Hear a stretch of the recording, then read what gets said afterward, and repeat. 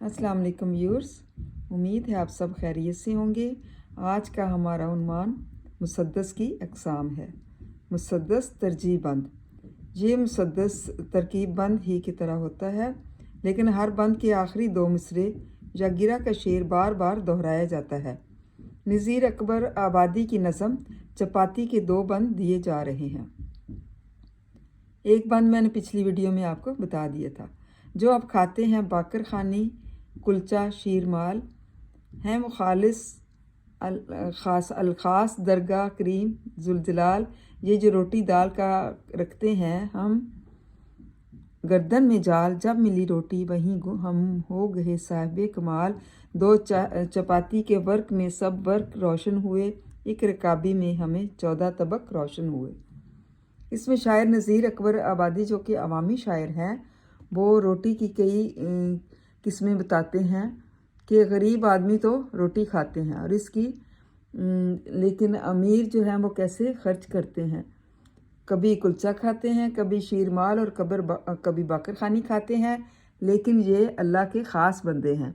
अल्लाह के दरबार में जाते हैं तो दिल से शुक्र अदा नहीं करते।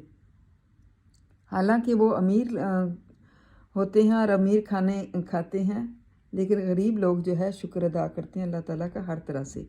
गरीब लोग कहते हैं कि हमारा ये रोज़ का हेर फेर है कि सुबह जाना शाम को आना, ये हमारी ज़िंदगी है।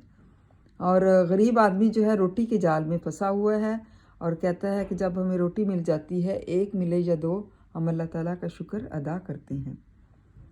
आखिरी शेर में तरजीह बंद में आखिरी जो दो मिसरे होते हैं 5 और 6, इसमें पूरी बंद में पूरी नज़म में वही दोहराए जाते हैं। शायर इस बात की अहमियत बता रहा है कि इसमें बार बार ताकीद कर रहा है, मतलब आखिरी जो दो मिसरे दिए हुए हैं उसकी इस शक्ल में लिखा जाता है। गरीब आदमी दो चपाती करके भी अल्लाह ताला का, खा के भी या करके भी अल्लाह ताला का शुक्र अदा करता है। लेकिन अमीर आदमी को अगर एक दफ़ा भी महंगा खाना खाना पड़ जाए तो उसके 14 तबक रोशन हो जाते हैं। मतलब वो कहता है कि ये क्या है, ये तो बहुत महंगाई होगी और बहुत हमारा गुजारा नहीं हो रहा। फिर भी वो अल्लाह ताला का शुक्र जो है वो दिल से अदा नहीं करता। उसको चाहिए कि हर हाल में अल्लाह ताला का शुक्र अदा करे, क्योंकि अल्लाह ताला ही सबको नवाजता है और सबको ही देता है।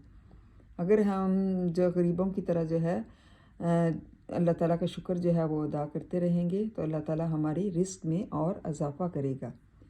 उम्मीद है तलबा आपको समझ आ गई होगी। थैंक यू एंड जज़ाकल्लाह खैर।